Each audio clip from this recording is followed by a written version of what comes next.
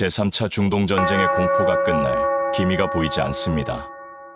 이란의 대규모 공습에 이스라엘의 아이언돔이 뚫렸고 미국의 개입조차 무력화되면서 전 세계는 누구의 잘못인지 알 수 없는 손길에 이끌려 거대한 전쟁의 초토화 속으로 빠져들고 있었습니다. 모든 것이 끝났다고 모두가 절망하던 바로 그 순간, 정체를 알 수 없는 단 하나의 시스템이 전장의 모든 것을 송두리째 뒤흔들고 있었습니다. 그리고 이 비극적인 전쟁의 가장 큰 수혜자는 미국도 이스라엘도 중동의 그 어떤 나라도 아니었습니다. 중동의 비극을 막아내고 그 거대한 전쟁의 잿더미 위에서 조용히 미소 지으며 홀로 돈방석에 앉게 된 나라. 그 나라는 바로 대한민국입니다. 그 놀라운 현장 속으로 들어가 보시죠. 세계의 이슈 속에서 날아온 충격적인 이야기, 바로 시작합니다. 그리고 지금 어디에서 시청하고 계신지 댓글로 남겨주세요. 여러분의 이야기도 듣고 싶습니다. 그 전에 잠깐 1초 만에 누를 수 있는 좋아요 버튼을 꾹 눌러주시면 영상 제작에 큰 힘이 됩니다. 그럼 바로 사연 시작하겠습니다. 안녕하세요. 제 이름은 사메르 타브레지. 이란의 운명을 결정하는 최고 전략사령부의 대외 분쟁 설계 책임자였습니다. 저는 전장에서 직접 총을 들고 싸우는 군인이 아니었어요. 대신 이란이라는 거대한 국가가 어떤 방식으로 싸워야 하는지, 우리의 적들을 어떻게 무릎 꿇려야 하는지에 대한 거대한 그림을 그리는 사람이었습니다. 저는 제 조국 이란이 품고 있는 위대한 페르시아의 역사와 그 누구도 따라올 수 없는 비대칭, 전력에 대한 깊은 자부심을 가지고 있었죠. 특히 제가 설계한 불사조의 날개 작전, 즉 수천 기의 드론과 미사일을 이용한 압도적인 공중 공격은 감히 그 누구도 막아낼 수 없는 완벽한 전략이라고 저는 한치의 의심도 하지 않았습니다. 한때는 말이죠. 하지만 오늘 저는 제가 그토록 완벽하다고 믿었던 계획이 어떻게 단 10분 만에 제가 되어 사라졌는지, 제가 평생을 바쳐 쌓아올린 모든 명성과 지식이 어떻게 한순간에 무너져 내렸는지, 그리고 그 처참한 패배의 잿더미 속에서 제가 마주해야만 했던 경악스럽고도 소름 끼치는 진실에 대해 고백하려 합니다. 그날의 이야기는 제 조국 이란의 심장부 테헤란 지하 깊숙한 곳에 위치한 저희의 비밀 전략 통제 벙커에서 시작되었습니다. 그곳은 이란의 두뇌이자 심장이었고 저는 그곳의 주인이었습니다. 그날 벙커 안의 공기는 승리에 대한 뜨거운 열망으로 가득 차 있었습니다. 제 앞에 거대한 전술 스크린은 수십 개의 패널로 나뉘어 제가 설계한 불사조의 날개 작전이 실시간으로 펼쳐지는 장관을 비추고 있었어요. 수천 개에 달하는 초록색 아군 아이콘들이 마치 거대한 강물처럼 이스라엘 영공을 향해 유유히 흘러들어가고 있었습니다. 저는 최고급 가죽 의자에 깊숙이 몸을 기댄 채 만족스러운 미소를 머금고 있었죠. 제 옆에는 저의 충실한 보좌관인 핫산 소령이 긴장된 얼굴로 각종 데이터를 브리핑하고 있었습니다. 그는 저보다 20살은 어렸지만 명석한 두뇌와 냉철한 판단력으로 제가 가장 신임하는 인물이었어요. 하지만 오늘의 이 작전 앞에서는 그의 냉철함도 흥분으로 조금은 달아오른 듯 했습니다. 저는 핫산에게 이스라엘 방공 사령부의 처참한 상황을 상상해보라고 나지막이 말했어요. 분명 그들의 벙커는 지금쯤 지옥과도 같은 모습일 거라고 말입니다. 우리의 불사조들이 내뿜는 압도적인 물량 공세 앞에서 그들이 자랑하던 아이언돔이니 에로운이 하는 방어 시스템들이 비명을 지르며 하나씩 무너져 내리고 있을 것이라고 했죠. 저는 눈을 감고 우리의 숙적 이스라엘 방공 사령관 아비 미즈라히의 절망으로 일그러진 얼굴을 떠올렸습니다. 그의 오만한 자존심이 바로 제 손에 의해 무너져 내리는 순간을 상상하는 것은 그 어떤 포도주보다도 달콤했어요. 벙커 안의 모든 장교들이 스크린에서 눈을 떼지 못하고 있었습니다. 일부는 이미 서로의 어깨를 치며 승리를 예감하는 미소를 나누고 있었죠. 모든 것이 제 계획대로, 제가 그린 그림대로 완벽하게 흘러가고 있었습니다. 저는 이제 승리를 선언하고 축배를 들릴 일만 남았다고 생각했어요. 하지만 바로 그때였습니다. 제 보좌관 핫산의 표정이 미세하게 굳어지는 것을 포착했습니다. 핫산은 제게 다가와 다른 이들에게 들리지 않을 만큼 작은 목소리로 보고했어요. 사령관님, 조금 이상합니다. 적의 방어 패턴이 저희가 예측했던 것과 조금 다르게 나오고 있습니다. 저는 그의 말에 코웃음을 쳤어요. 핫산, 긴장 풀게. 저들은 지금 패닉 상태일 뿐이야.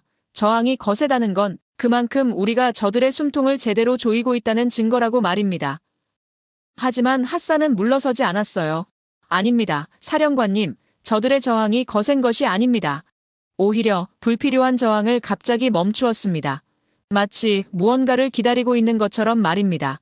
저는 핫산의 과민 반응이라고 치부해버렸습니다. 완벽한 승리를 눈앞에 두고 불길한 소리를 듣고 싶지 않았어요. 하지만 그것이 제가 저지른 첫 번째 실수였습니다. 핫산의 경고가 채 끝나기도 전에 스크린에 기괴한 변화가 일어나기 시작했습니다. 이스라엘 방공망을 거의 다 뚫고 들어간 우리 드론 부대의 선두그룹은 여전히 건재했어요. 그런데 이상하게도 대열의 한가운데 허리 부분에 위치한 드론 몇 기의 신호가 갑자기 깜빡이기 시작했습니다. 처음에는 단순한 통신 오류라고 생각했어요. 하지만 그 깜빡임은 순식간에 주변으로 번져나갔습니다. 마치 전염병처럼 말이죠. 드론들이 격추되는 것이 아니었어요. 그냥 허공에서 갑자기 모든 동력을 잃고 맥없이 추락하기 시작했습니다. 제 심장이 철렁 내려앉는 것이 느껴졌어요. 상황을 파악하기 위해 스크린으로 다가간 바로 그 순간, 이번에는 대열의 후방에서 우리 부대 전체의 눈과 귀 역할을 하던 조기경보 통제기 편대가 아무런 외부 충격도 없이 거대한 불덩이가 되어 폭발해버렸습니다. 중앙 지휘 시스템의 에러, 연결 끊김 같은 붉은 경고 메시지가 마치 비명처럼 미친 듯이 화면을 뒤덮기 시작했어요. 벙커 안의 모든 공기가 순식간에 얼어붙었습니다. 제 입가에 머물던 미소는 온데간데 없이 사라졌어요.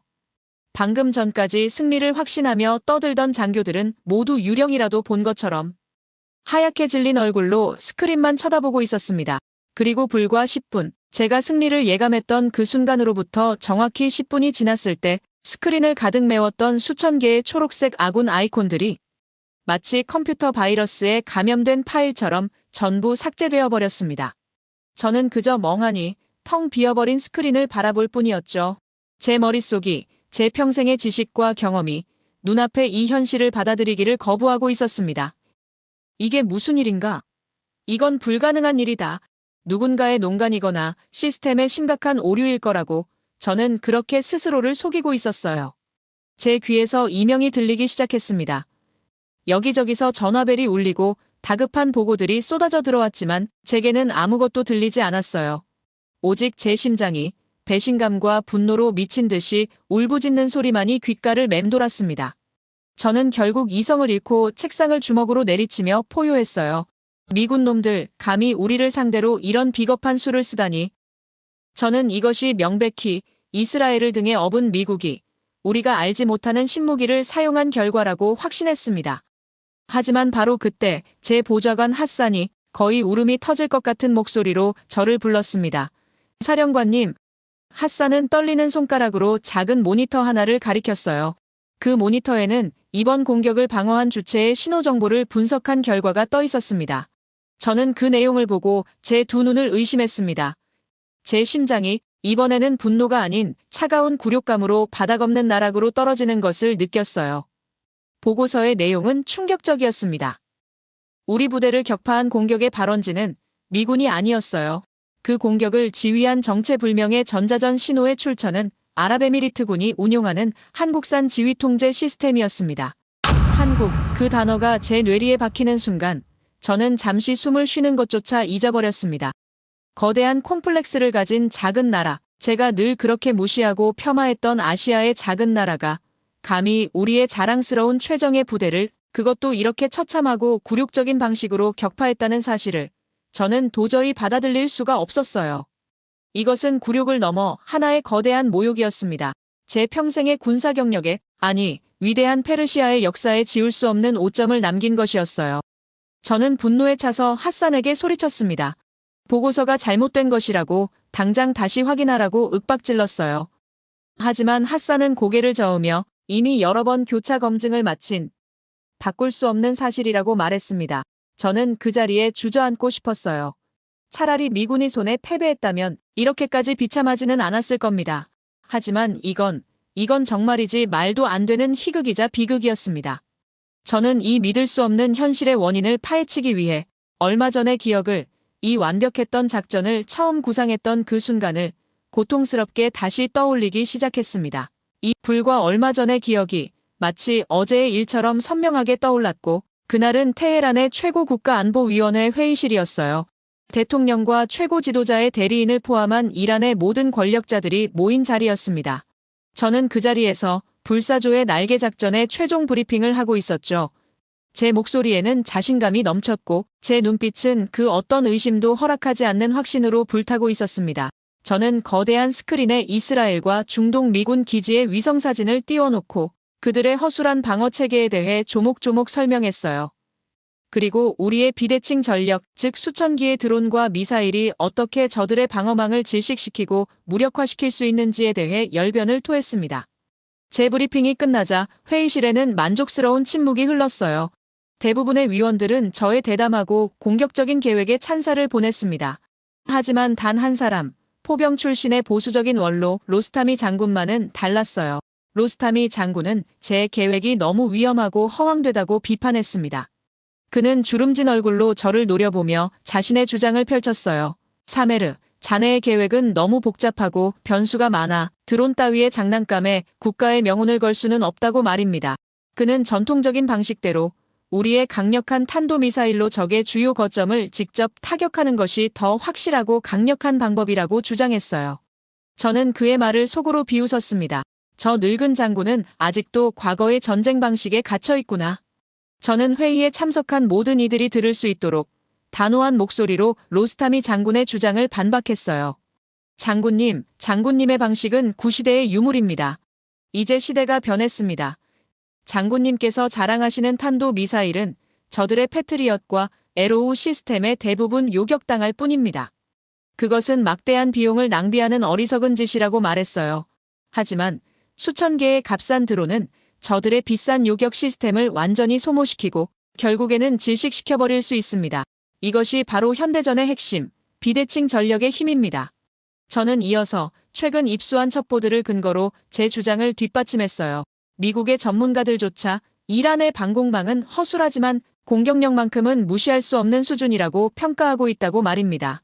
그리고 가장 중요한 사실은 미국은 아프가니스탄과 이라크에서 겪었던 끔찍한 악몽 때문에 절대 우리 땅에 지상군을 투입할 용기가 없다는 점을 강조했어요.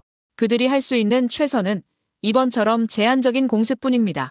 그렇기에 우리가 이 비대칭 공격으로 저들의 심장과도 같은 중동의 미군 기지나 그들의 신복인 이스라엘을 타격한다면 그들은 속수무책으로 당할 수밖에 없다고 역설했습니다. 제 논리정연하고 자신감 넘치는 브리핑에 회의장의 분위기는 완전히 제 쪽으로 기울었어요. 결국 로스타미 장군은 못마땅한 표정으로 입을 다물었고 최고 지도자의 대리인은 그 자리에서 저의 불사조의 날개 작전을 최종 승인했습니다. 저는 회의실을 나오며 승리감에 도취되었어요. 낡은 세대를 밀어내고 새로운 시대의 전쟁을 제 손으로 직접 설계하게 되었다는 사실에 가슴이 벅차올랐습니다. 저는 제 지성과 전략이 이란을 새로운 승리로 이끌 것이라고 단 한순간도 의심하지 않았어요. 하지만 그 오만했던 기억의 끝은 지금 제가 마주하고 있는 이 처참하고 굴욕적인 현실이었습니다. 저의 완벽했던 계획은 시작과 동시에 이름 모를 작은 나라에 보이지 않는 손에 의해 산산조각 나버린 것입니다. 저는 이 패배를, 이 결과를 도저히 인정할 수 없었어요. 제 모든 것을 걸고 수립한 작전이었고 이란의 모든 군사적 역량이 총동원된 공격이었습니다. 그런데 이런 말도 안 되는 결과라니요. 저는 즉시 작전 분석실로 향했습니다. 벙커 안의 공기는 패배의 무게에 숨막힐 듯 무거웠고 그 누구도 감히 입을 열지 못하고 있었어요.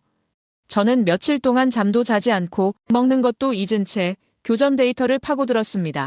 스크린에 떠오른 수만 개의 데이터 조각들 속에서 저는 이 굴욕적인 패배의 원인을, 그 속에 숨겨진 비밀을 반드시 찾아내야만 했어요. 하지만 데이터를 보면 볼수록 저의 머릿속은 더욱 깊은 혼란의 미궁 속으로 빠져들고 있었습니다. 우리 드론을 격추시킨 요격 미사일의 숫자가 우리가 잃은 드론의 수에 비해 턱없이 부족했어요. 수많은 드론들은 격추된 것이 아니라 그냥 허공에서 기능을 멈추고 제멋대로 추락해버린 겁니다. 이건 물리적인 파괴가 아니었어요. 훨씬 더 고차원적인, 제가 평생 배워온 군사학 교리로는 도저히 설명할 수 없는 방식의 공격이었습니다. 바로 그때 제 집무실의 문이 거칠게 열렸습니다. 포병 출신의 보수적인 원로 로스타미 장군이었어요. 그의 얼굴에는 저를 향한 노골적인 경멸과 조롱이 가득했습니다. 로스타미 장군은 제 책상으로 다가와 제가 보는 앞에서 서류 뭉치를 집어 던지듯 내려놓았어요. 최고국가안보위원회에서 당신의 그 비싼 장난감들이 벌인 이 대참사에 대해 공식적인 해명을 요구하고 있습니다. 당신이 드론 부대를 만드는 데 쏟아부은 돈이 우리 포병 여단셋을 현대화할 수 있는 돈이었어요. 그런데 결과가 고작 이겁니까? 뭐라고 보고할 건가요? 아시아의 작은 나라에 그것도 단 10분 만에 최정예 부대가 전멸했다고 보고할 건가요? 그의 가시 돋친 말 한마디 한마디가 제 심장을 칼로 후벼 파는 것 같았습니다. 저는 치밀어 오르는 분노를 간신히 억누르며 지금 원인을 분석하는 중이라고, 이것은 단순한 패배가 아니라 우리가 알지 못하는 적의 비밀병기에 당한 것이라고 항변했어요. 하지만 로스타미 장군은 코웃음을 쳤습니다.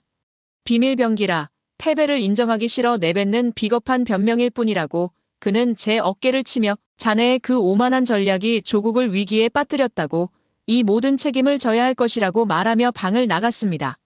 저는 홀로 남겨진 집무실에서 깊은 무력감에 빠졌어요. 하지만 그의 조롱이 오히려 제게 마지막 남은 이성의 끈을 붙잡게 만들었습니다.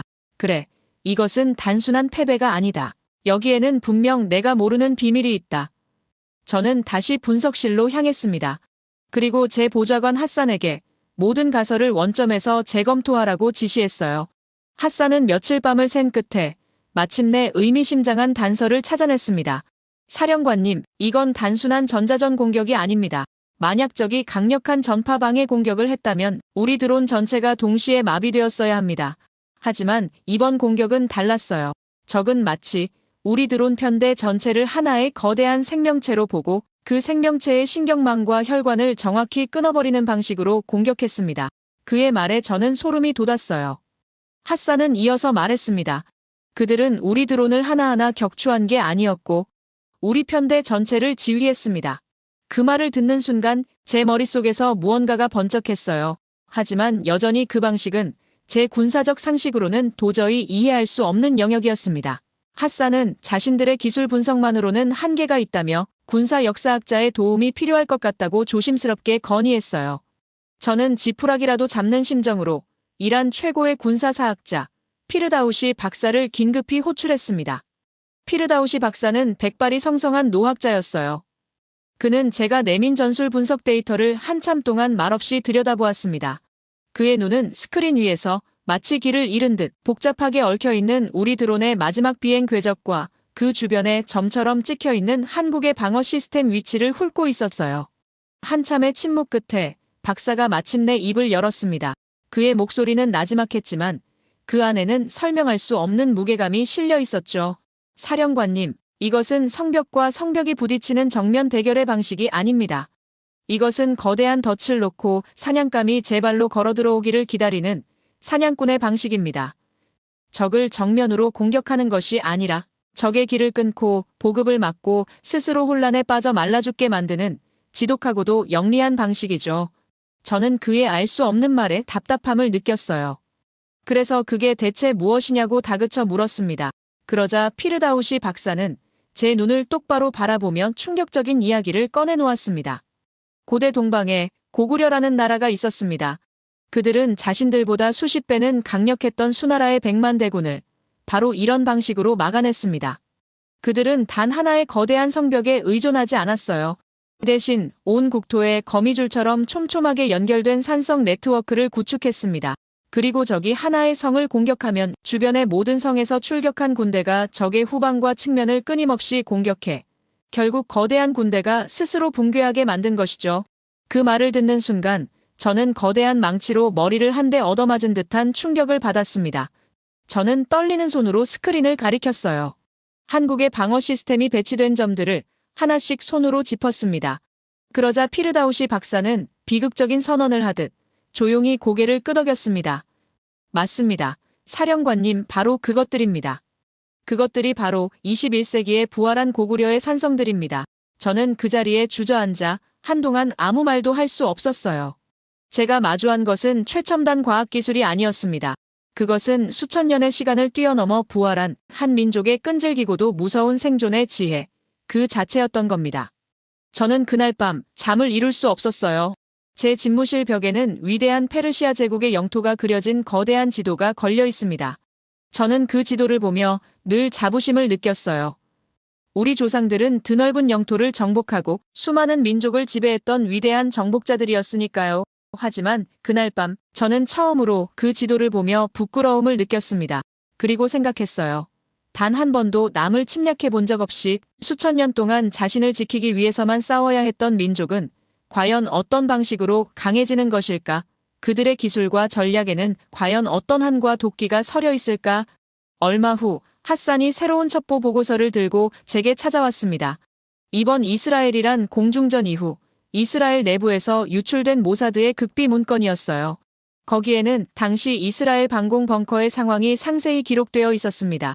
그리고 그 보고서의 마지막에는 당시 방공 사령관이었던 아비 미즈라히 장군이 남긴 충격적인 코멘트가 적혀 있었죠. 한국의 AI는 우리에게 발사 지침을 준 것이 아니다. 그것은 우리의 아이언돔과 패트리엇, 에로우 시스템 전체를 하나의 살아있는 유기체처럼 통합하고 지휘했다. 그 순간 벙커의 지휘관은 내가 아니라 한국의 인공지능이었다. 이 문장을 읽는 순간 저는 마지막 남은 자존심마저 무너져 내리는 것을 느꼈습니다. 그들은 자신들의 적수였던 이스라엘의 시스템마저 자신들의 거대한 거미줄의 일부로 흡수해버린 것이었어요. 이건 기술을 넘어선 거의 마법에 가까운 영역이었습니다. 그 후 이란의 모든 군사 전략은 원점에서 재검토되었고 저를 조롱했던 로스타미 장군이 비대칭 전력대응위원회의 위원장이 되었어요. 그리고 그는 위원회의 첫 번째 업무로 저에게 이번 패배의 원인과 한국의 전략에 대한 공식 분석 보고서를 작성하라는 명령을 내렸습니다. 제가 가장 치욕스러워했던 그 패배의 원인을 제 손으로 직접 기록해야만 하는 이보다 더한 굴욕은 없었어요. 저는 며칠 동안 집무실에 칩거하며 보고서를 그리고 그 시간 동안 저는 텔레비전을 통해 제가 저지른 실수가 어떤 나비 효과를 불러오고 있는지를 똑똑히 지켜봐야만 했습니다. 알자지라와 CNN, BBC 같은 전 세계의 방송사들이 연일 중동의 새로운 군사 지형에 대해 떠들어댔어요. 화면 속에서는 사우디아라비아와 아랍에미리트의 국방장관이 탄국을 직접 방문해 방위산업체 대표와 악수를 나누고 있었습니다. 앵커는 흥분한 목소리로 외치고 있었죠. 이란의 대규모 공격을 완벽하게 막아낸 한국의 네트워크 방어 시스템이 중동 안보의 새로운 게임 체인저로 떠올랐습니다. 사우디와 UAE는 기존의 미국산 무기 도입을 전면 중단하고 한국과 수백억 달러 규모의 방산 계약을 추진하고 있습니다. 화면의 한쪽에서는 한국 방산 기업들의 주가가 하늘 높은 줄 모르고 치솟는 그래프가 쉴 새 없이 흘러나오고 있었어요.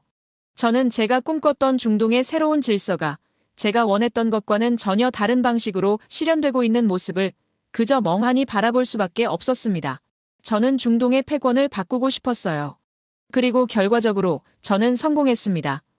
다만 그 새로운 패권의 주인이 이란이 아니라 머나먼 동방의 작은 나라 대한민국이 되었을 뿐이죠. 저는 이 모든 상황을 지켜보며 마지막으로 한 가지 깊은 깨달음을 얻었습니다. 진정한 힘은 단순히 무기의 숫자나 파괴력에서 나오는 것이 아니라는 사실을 말입니다. 진정한 힘은 자신들의 역사를 얼마나 깊이 이해하고 그 안에서 자신만이 가질 수 있는 고유한 생존의 방식을 찾아내느냐에 달려있다는 것을요. 대한민국이라는 나라는 수천 년의 고난과 저항의 역사 속에서 그들만의 무섭고도 지혜로운 생존 방식을 완성해낸 것이었습니다. 그리고 저는 그 위대한 역사의 힘 앞에서 너무나도 오만하고 어리석었습니다. 제가 저지른 가장 큰 실수는 바로 그들이 가진 역사의 무게를, 그 안에 담긴 처절한 지혜를 알아보지 못했다는 점입니다. 이란은 수십 년간 막대한 돈과 노력을 쏟아부어 수천 기의 드론과 미사일이라는 재주를 부렸습니다. 그리고 그 재주를 전 세계가 지켜보는 무대 위에서 화려하게 선보였어요. 하지만 그 결과는 무엇이었습니까? 그 화려한 쇼는 결국 한국이라는 나라에 보이지 않는 방패가 얼마나 강한지만을 증명하는 역사상 가장 비싸고 가장 효과적인 광고가 되어버렸어요. 저희의 뼈아픈 실패가 한국에게는 천문학적인 돈방석을 깔아준 셈이죠. 이보다 더 완벽하게 재주는 곰이 넘고 돈은 왕서방이 번다는 옛말에 들어맞는 상황이 또 있을까요? 저희는 모든 것을 잃었습니다. 전쟁은 단지 도시를 무너뜨리고 땅을 태우는 것이 아니었습니다. 그것은 자존심을 앗아갔고 우리의 미래를 갈기갈기 찢어버렸습니다. 국가라는 이름은 남았지만 그 안에 담길 정신과 희망은 산산조각이 났죠. 폭격 소리 속에서 우리는 끝났다고 생각했습니다. 더는 일어설 수 없을 거라고, 이건 역사에서 지워질 참혹한 실패일 뿐이라고요. 하지만 그 와중에 한국은 달랐는데, 우리가 포기한 그 땅에서, 우리가 실수로 흘려버린 그 폐허 위에서 그들은 다시 일어섰습니다. 망가진 도로 위에서, 불탄 학교 터 위에서, 아무것도 없는 그 황무지 한가운데서 한국은 기어코 스스로를 다시 세웠습니다. 총도 없었고 자원도 없지만 그들이 가진 것이라고는 단 하나, 절대 다시는 무너지지 않겠다는 의지, 그 불굴의 집념이 오늘의 한국을 만들었습니다. 우리가 잃어버린 미래를 그들은 스스로 만들어냈습니다. 그리고 이제는 그 누구보다 눈부시게 세계의 중심에서 빛나고 있습니다. 이것이 바로 제가 전장에서 직접 두 눈으로 목격한 전쟁이란 이름의 가장 냉혹하고도 위대한 아이러니였습니다.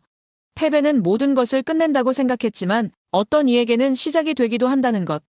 그 모든 상처와 절망을 이겨내고 이토록 아름답게 부활한 한국을 바라보며 저는 지금도 스스로에게 되묻습니다. 과연 우리는 진짜로 이긴 것이었는가? 그리고 그들은 진짜로 진 것이었는가? 이것이 바로 제가 목격한 전쟁의 가장 냉혹하고도 아이러니한 진실이었습니다. 제 이야기를 끝까지 들어주셔서 감사합니다. 모두 안녕히 계세요. 오늘의 사연 어떻게 들으셨나요? 한때 세계 최강의 군사력을 자부했던 한 나라의 최고 전략가가 자신의 모든 것을 걸었던 완벽한 계획이 한순간에 무너져 내리는 이야기였죠.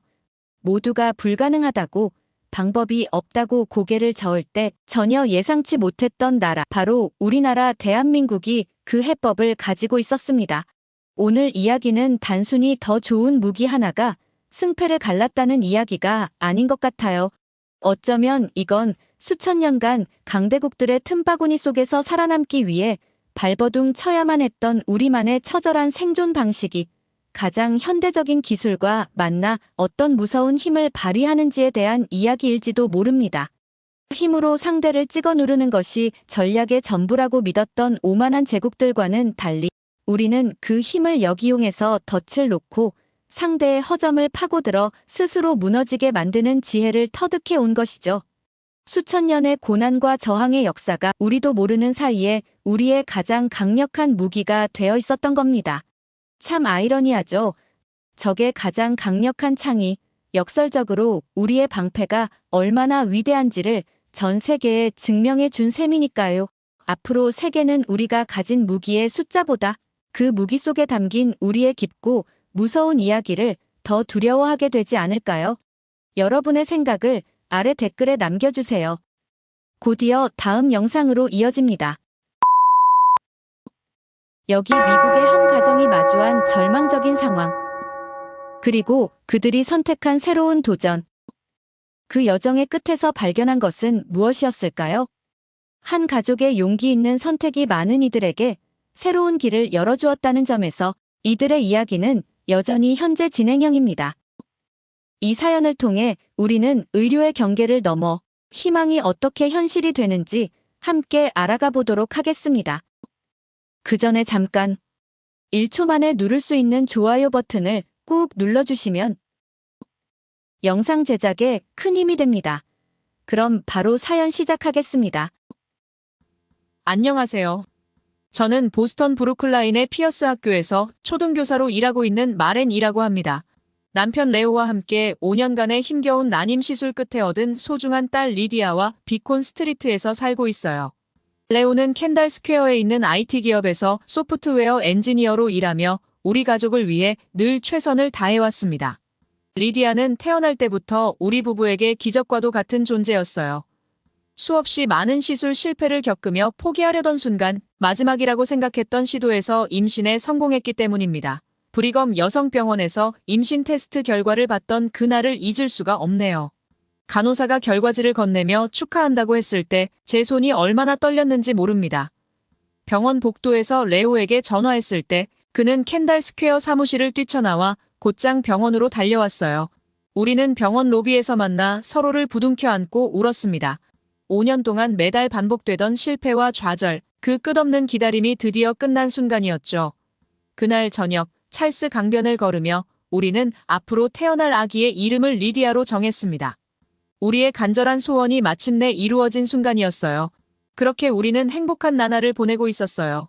리디아는 밝고 건강하게 자라났고 피어스 학교의 다른 선생님들도 리디아의 사랑스러움에 푹 빠져 있었죠.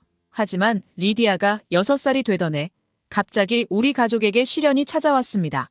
처음에는 리디아가 평소보다 조금 덜 뛰어노는 것 같다고 느꼈어요.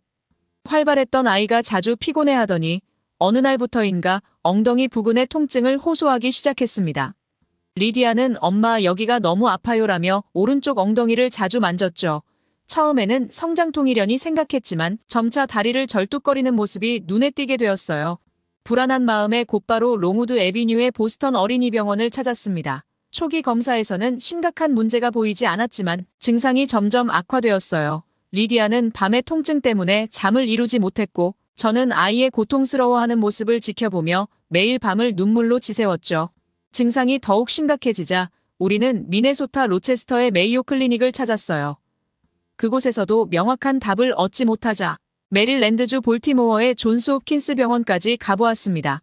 미국 최고의 의료기관들을 전전하며 우리 가족은 육체적으로, 정신적으로 지쳐갔어요.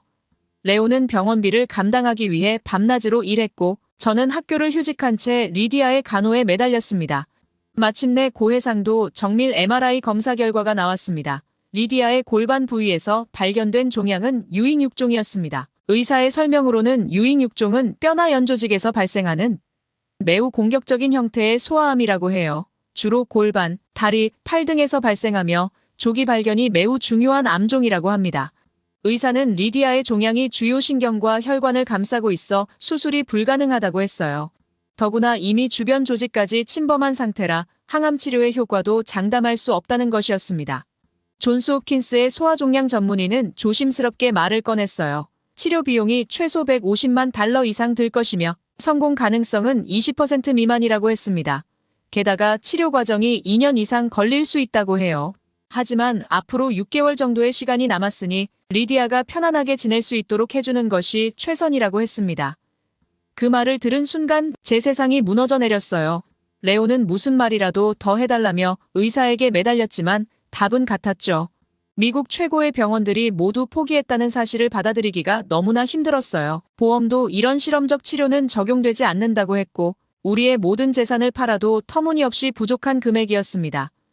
매일 밤 리디아의 침대 곁을 지키며 기도했지만 현실은 냉혹했습니다.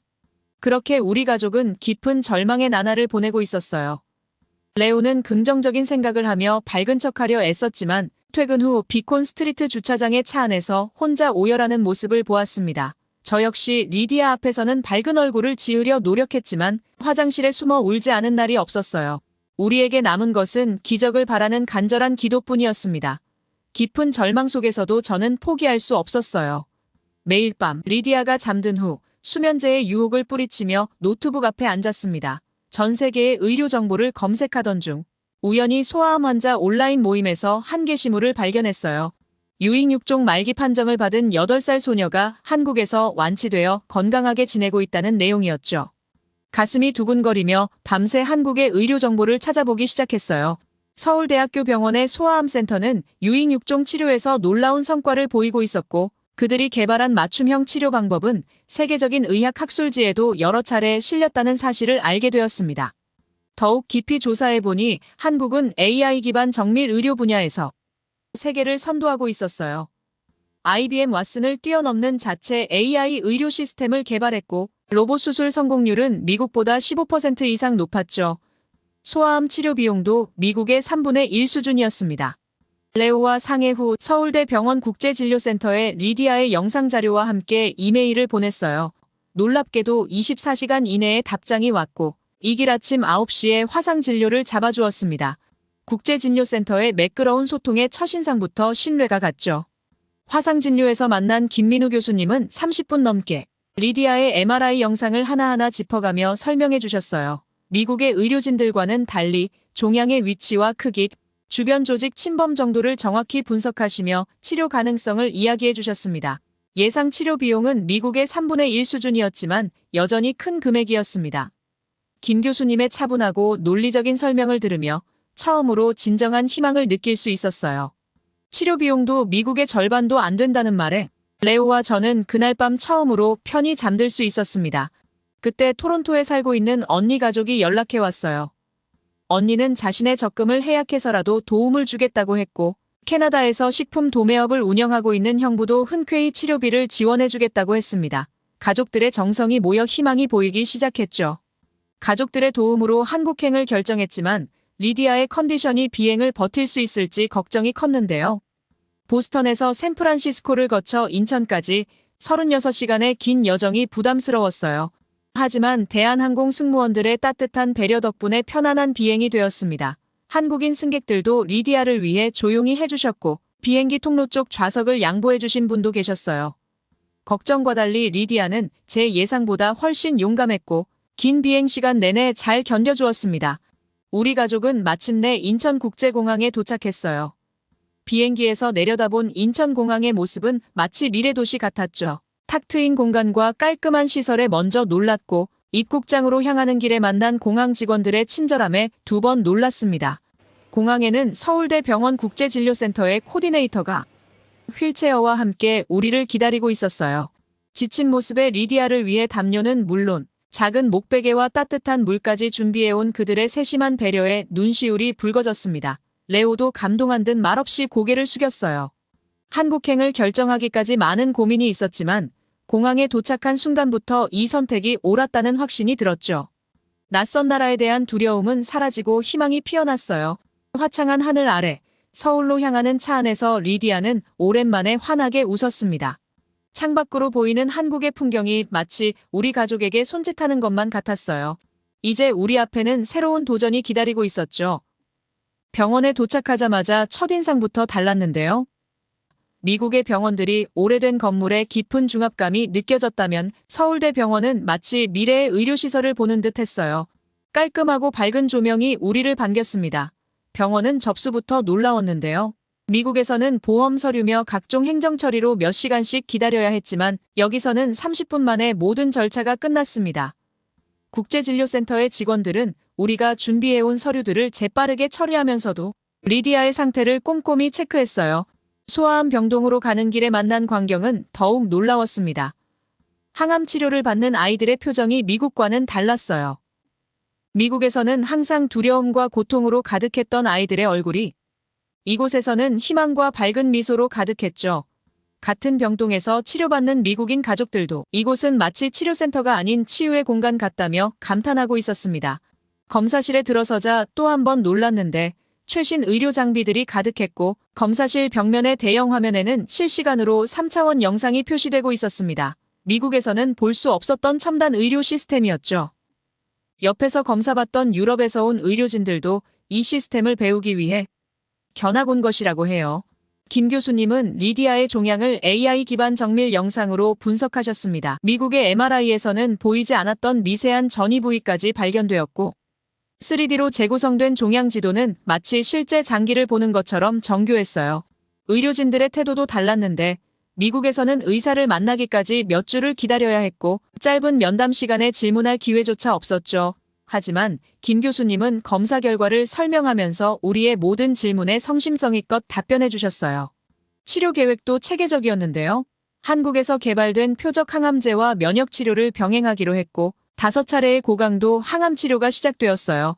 미국에서는 시도조차 하지 못했던 치료법이었죠. 우리처럼 희망을 찾아 한국을 찾은 전 세계 환자들의 이야기를 들으며 이곳에서라면 기적이 일어날 수 있겠다는 확신이 들었습니다. 처음 며칠은 순조로웠지만 곧 리디아에게 심한 부작용이 나타났어요. 극심한 구토와 40도를 넘나드는 고열로 매 순간이 고통의 연속이었죠. 체중은 일주일 만에 3kg이나 빠졌고 밤새 잠들지 못하고 울어야 했습니다. 그토록 씩씩하던 우리 딸이 점점 야위어가는 모습을 보며 가슴이 찢어질 것 같았어요. 하지만 간호사들의 헌신적인 보살핌이 있었습니다. 미국에서는 상상도 할 수 없었던 24시간 집중 케어였어요. 고열로 떨고 있을 때면 수시로 찾아와 체온을 확인하고 구토가 심할 때면 수액 상태를 꼼꼼히 체크했죠. 그저 정해진 시간에만 회진하던 미국과는 차원이 달랐습니다. 간호사들은 리디아가 좋아하는 만화 영화를 틀어주고 한국 아이돌 음악으로 기분을 전환시켜 주었어요. 한밤중에도 리디아가 깨어날 때마다 따뜻한 미소로 달래주셨습니다. 때로는 작은 간식을 몰래 숨겨두고 가시기도 했죠. 이런 섬세한 보살핌은 미국의 병원에서는 경험하지 못했던 것이에요. 항암 치료 중반에 가장 큰 위기가 찾아왔습니다. 리디아가 갑자기 폐혈증 증상을 보인 거예요. 순식간에 혈압이 떨어지고 의식이 흐려지는 상황에서 의료진은 단 1분의 지체도 없이 응급처치를 시작했습니다. 미국이었다면 응급실에서 몇 시간을 기다려야 했겠지만 여기서는 즉시 조치가 이루어졌어요. 그날 밤 중환자실 앞에서 기도하며 긴 시간을 기다리면서도 한국 의료진에 대한 믿음이 있었기에 버틸 수 있었죠. 3개월이 지난 후 중간 검사 결과 종양의 크기가 80%나 감소했다는 놀라운 소식을 들었어요. 미국의 의료진이 불가능하다고 했던 일이 실제로 일어나고 있었습니다. 김 교수님이 검사 결과를 설명하실 때 레오는 눈물을 참지 못했고 저는 그저 리디아를 꼭 껴안을 수밖에 없었어요. 죽음의 문턱에서 시작된 우리의 도전이 마침내 희망으로 바뀌고 있었습니다. 치료 효과가 확인되자 마침내 수술일이 잡혔습니다. 김 교수님은 최첨단 로봇 수술 장비를 이용해 14시간에 걸친 대수술을 진행하기로 했어요. 종양이 위치한 곳이 너무 위험해서 미국에서는 시도조차 하지 못했던 수술이었습니다. 서울대 병원의 수술실은 제가 알던 수술실과는 완전히 달랐는데요. 벽면에는 수술 부위를 실시간으로 보여주는 3D 영상이 펼쳐져 있었고 AI 내비게이션 시스템은 0.1mm 단위로 종양의 위치를 정확히 보여주었습니다. 미국의 수술실이 기본적인 장비들만 갖추고 있었다면 이곳은 첨단 기술의 집약체였어요. 수술 전날 의료진들은 3D 프린팅된 모형으로 리디아의 종양 위치를 면밀히 검토했습니다. 메이오 클리닉에서는 흑백의 MRI 사진으로만 설명하며 수술이 너무 위험하다고 했던 말이 떠올랐어요. 하지만 이곳의 수술 계획은 마치 군사작전처럼 치밀했고 모든 의료진이 각자의 역할을 완벽히 숙지하고 있었습니다. 존스 홉킨스의 의사가 이 위치의 종양 수술은 100% 실패할 것이라고 단언했던 말이 여전히 제 귓가에 맴돌았어요. 그때의 절망감과 분노가 다시 한번 가슴속에서 치밀어 올랐죠. 하지만 한국의 의료진들은 자신감 있게 할 수 있다고 말했고 그 믿음이 저희에게도 전해졌습니다. 14시간의 긴 수술 동안 우리 가족은 기도하는 마음으로 기다렸어요. 수술실 밖 대기실에는 실시간으로 수술 진행 상황이 전달되었고 간호사들은 30분마다 와서 진행 상황을 설명해 주었습니다. 미국에서처럼 막연한 불안감 속에 기다리는 것과는 전혀 달랐어요. 수술이 10시간을 넘어서자 초조함이 밀려왔어요. 레오는 계속해서 시계만 바라보며 한숨을 쉬었고 저는 기도하는 마음으로 손톱을 뜯고 있었습니다. 그때 간호사가 다가와 수술이 아주 순조롭게 진행되고 있어요. 라는 소식을 전해주었죠. 미국에서는 상상도 할 수 없었던 따뜻한 배려였습니다. 마침내 14시간의 긴 수술이 끝났다는 소식을 들었을 때 김 교수님의 표정에서 확신이 보였어요. 피곤해 보이는 얼굴이었지만 눈빛만은 밝게 빛나고 있었습니다. 수술은 성공적으로 되었고 모든 주요 신경과 혈관이 보존되었다는 거예요. 메이오 클리닉의 의료진이 수술은 자살 행위라고 했던 말이 무색해지는 순간이었죠. 놀라운 것은 수술 후 회복 속도였습니다. 일주일 만에 리디아는 보행 연습을 시작했고 한국에서 개발된 정밀 방사선 치료로 재발 방지에도 들어갔어요. 방사선 치료도 미국과는 달랐습니다. 존스 홉킨스에서는 부작용 때문에 치료를 미루자고 했던 것과 달리 이곳에서는 부작용을 최소화하는 기술로 안전하게 진행되었어요. 재활치료와 물리치료도 체계적으로 진행되었습니다. 치료실에는 최신 재활 장비들이 가득했고 치료사들은 리디아의 상태에 맞춘 맞춤형 프로그램을 진행했어요. 미국에서처럼 할 수 있는 게 이게 전부라는 말 대신 이렇게 하면 더 좋아질 거예요 라는 긍정적인 말로 리디아를 격려했습니다. 수술 1달 반 만에 리디아는 혼자서 조심스럽게 걸을 수 있게 되었어요. 처음으로 몇 발자국을 뗐을 때 병실의 모든 의료진이 박수를 쳐주었습니다. 아직은 익숙치 않지만 재활치료와 물리치료를 병행한다면 상태는 지금보다 훨씬 좋아질 거라는 믿음을 주는 교수님의 말씀에 깊은 감동을 받았어요. 미국의 의사가 평생 휠체어를 타야 할 것이라고 했던 말이 거짓이 되는 순간이었습니다. 우리 딸이 자신의 2발로 서서 걸어가는 모습을 보며 레오와 저는 서로를 꼭 껴안고 울었습니다. 매일매일이 기적 같았어요. 한국의 의료기술이 우리 가족에게 새로운 삶을 선물해 주었죠. 이제 우리는 불가능이라는 말의 의미를 다시 생각하게 되었습니다. 한국의 의료진들이 보여준 것은 단순한 치료가 아닌 진정한 희망과 가능성이었어요. 미국의 병원들이 포기했던 우리 딸의 생명을 살리고 새로운 미래를 열어준 이곳에서의 시간은 영원히 잊지 못할 것 같습니다. 수술 후 1년간의 회복기를 한국에서 보내기로 결정했어요. 김 교수님께서 면역력 회복과 재발 방지를 위해 한국에서의 지속적인 관찰이 필요하다고 하셨습니다. 처음에는 긴 시간이라 망설여졌지만 이제 와서 생각하면 그때의 결정이 우리 가족에게 최고의 선물이 되었어요. 서울대 병원의 소아병동은 치료만 하는 공간이 아닌 삶의 희망과 기쁨이 가득한 곳이었습니다. 매주 화요일마다 열리는 웃음치료 교실은 아이들의 웃음소리로 가득했어요. 마술 선생님과 레크레이션 선생님들의 재미있는 공연에 리디아는 통증도 잊은 듯 처음으로 환하게 웃었습니다. 그 모습을 보며 저도 모르게 눈물이 흘렀어요. 목요일의 예술치료 시간에서는 미술과 음악 활동으로 아이들의 마음을 어루만져 주었죠. 처음에는 소극적이던 리디아가 점차 적극적으로 참여하며 변화하는 모습을 보며 가슴이 벅차올랐습니다. 병원 학교 프로그램은 더욱 놀라웠는데요.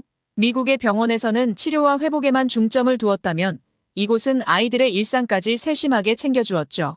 리디아는 그곳에서 한국 친구들과 어울리며 자연스럽게 한국어를 배우기 시작했습니다. 아픔을 잊고 해맑게 웃는 아이들의 모습에서 진정한 치유의 의미를 발견했어요. 우리 가족은 주말이면 서울 곳곳을 다니기 시작했어요. 한 번은 광화문에 있는 국립한글박물관을 방문하고 싶어서 길을 나섰는데요. 그곳에서 한글의 과학성과 위대함을 접하며 깊은 감동을 받았어요. 한자만을 고집하는 중국과 달리 한글은 누구나 쉽게 배울 수 있는 민주적인 문자라는 사실이 놀라웠습니다. 리디아도 한글의 자음과 모음을 하나하나 써보며 새로운 언어를 배우는 즐거움에 푹 빠져들었어요. 또한 서울거리에서는 매일 새로운 발견이 있었어요. 추운 겨울이면 길거리에서 파는 붕어빵의 달콤한 향기가 코끝을 스쳤습니다. 처음 본 붕어 모양의 빵이 신기해 우리는 자연스럽게 줄을 서서 기다렸는데 따뜻한 팥향금이 가득한 붕어빵 한 봉지를 들고 거리를 걸었던 기억이 나요. 갓 구운 붕어빵의 바삭한 겉면과 달콤하고 따뜻한 속을 나눠 먹으며 리디아와 함께 웃었던 그 순간이 아직도 생생합니다. 그리고 한국의 전통 음식은 리디아의 입맛과 체력 회복에 큰 도움이 되었습니다. 병원 영양사 선생님께서 리디아의 상태에 맞춘 한식 식단을 짜주셨어요. 미국에서는 항상 거부하던 채소도 된장찌개와 함께라면 잘 먹었죠. 건강식이라는 이유로 억지로 먹어야 했던 미국 병원 음식과는 달리 한식은 맛있게 먹으면서도 건강해질 수 있다는 걸 깨달았습니다. 경복궁에서 한복을 입고 찍은 사진은 우리 가족의 소중한 보물이 되었어요. 화려한 한복을 입은 리디아의 모습은 마치 작은 공주 같았죠. 한복의 우아한 선과 아름다움은 세계 어느 전통 의상과도 비교할 수 없었습니다. 의료진들과의 관계도 점점 깊어졌어요. 김 교수님은 매주 회진 때마다 리디아의 이름을 한국어로 불러주셨고 간호사 선생님들은 산토끼와 둥글게 같은 한국 동요를 가르쳐 주셨습니다. 미국의 간호사들이 업무적으로만 대했던 것과 달리 이곳의 모든 분들은 우리를 진정한 가족처럼 대해주셨어요. 1년 반이라는 시간 동안 우리는 단순히 치료만 받은 게 아니었습니다. 한국의 문화와 정을 배우며 새로운 삶의 의미를 발견했어요. 리디아는 이제 한국말로 감사합니다를 할 줄 알게 되었고 저는 한국의 정문화가 얼마나 따뜻한지 깊이 이해하게 되었습니다. 마지막 정기검진 날 김 교수님은 리디아의 상태가 거의 완치에 가깝다는 희망적인 소견을 전해주셨어요. 1년 반 넘게 치료 과정에서 단 한 번의 재발 징후도 없었고 면역 수치도 정상을 유지했다고 합니다. 그 말씀을 듣는 순간 눈물이 멈추지 않았어요. 한국을 떠나기 전날 병원 의료진들이 작은 송별회를 열어주셨습니다. 우리를 가족처럼 돌봐주신 분들과 헤어진다고 생각하니 마음이 무거워졌어요. 간호사들은 리디아에게 한글로 쓴 편지와 한복 입은 인형을 선물해 주셨고 김 교수님은 언제든 도움이 필요하면 연락하라며 개인 연락처도 남겨주셨습니다. 귀국을 앞두고 인천공항으로 향하는 길은 마치 고향을 떠나는 것처럼 아쉬웠어요. 보스턴으로 돌아온 후 우리의 치료 경험은 지역신문의 의료 특집에서 다뤄졌는데요. 미국의 의료진들은 한국의 첨단 의료기술과 통합적 치료 시스템에 깊은 관심을 보였습니다. 리디아의 사례는 미국 소아암 학회에서도 혁신적 치료의 성공 사례로 발표되었어요. 매달 한 번씩 김 교수님과 화상으로 경과를 확인하고 있습니다. 미국의 담당 의사도 한국 의료진과 긴밀히 협력하며 리디아의 상태를 관리하고 있어요. 이제는 두 나라의 의료진이 함께 리디아의 건강을 책임지고 있는 거죠. 리디아는 이제 초등학교에 입학해 활기찬 학교 생활을 보내고 있어요. 친구들에게 자신의 경험을 당당하게 이야기하고 한국에서 배운 노래도 들려줍니다. 주말마다 보스턴 한국학교에 다니며 한국어 실력도 꾸준히 늘리고 있어요. 저는 소아암 환자 가족들을 위한 모임을 만들었는데요. 한국의 의료 정보를 공유하고 치료를 고민하는 가족들에게 도움을 주고 있습니다. 우리처럼 희망을 찾아 한국으로 떠나는 가족들이 하나둘씩 늘어나고 있죠. 리디아의 사례는 이제 미국과 한국의 의료 협력을 상징하는 대표적인 케이스가 되었습니다. 많은 미국 병원들이 한국의 의료 시스템을 배우기 위해 교류를 시작했고 환자들의 선택지도 넓어졌어요. 우리 가족에게 한국은 이제 제2의 고향이 되었습니다. 매년 정기검진 때마다 한국을 방문하는 것이 우리의 새로운 일상이 되었어요. 리디아는 비행기를 탈 때마다 우리 또 서울 가요? 라며 설렘을 감추지 못합니다. 한국에서의 경험은 단순한 치료의 시간이 아닌 우리 가족에게 새로운 삶의 의미를 준 소중한 선물이었어요. 앞으로도 우리는 한국과의 인연을 이어갈 것이고 이 경험을 통해 더 많은 희망의 이야기가 만들어지길 바랍니다. 긴 이야기 함께 나눠주셔서 감사합니다. 모두 안녕히 계세요. 오늘의 사연 어떻게 들으셨나요? 마렌과 리디아의 이야기는 단순한 치료 성공담이 아닌 희망과 도전의 여정이었습니다. 미국 최고의 병원들이 포기했던 순간에도 그들은 새로운 가능성을 찾아 먼 나라 한국으로 발걸음을 옮겼죠. 그리고 그 선택은 한 가족의 운명을 완전히 바꾸어 놓았습니다. 의료기술의 한계를 뛰어넘는 도전 정신, 환자를 가족처럼 보살피는 따뜻한 마음, 그리고 끊임없는 혁신을 추구하는 열정. 이것이 바로 마렌의 가족이 한국에서 발견한 특별한 가치였을 것입니다. 지금도 전 세계 곳곳에서는 수많은 가족들이 마렌과 리디아처럼 치료의 희망을 찾아 헤매고 있을 것입니다. 이들에게 마렌 가족의 용기 있는 도전이 새로운 가능성을 보여주는 이정표가 되길 바랍니다. 여러분은 이 사연을 들으며 어떤 생각이 드셨나요?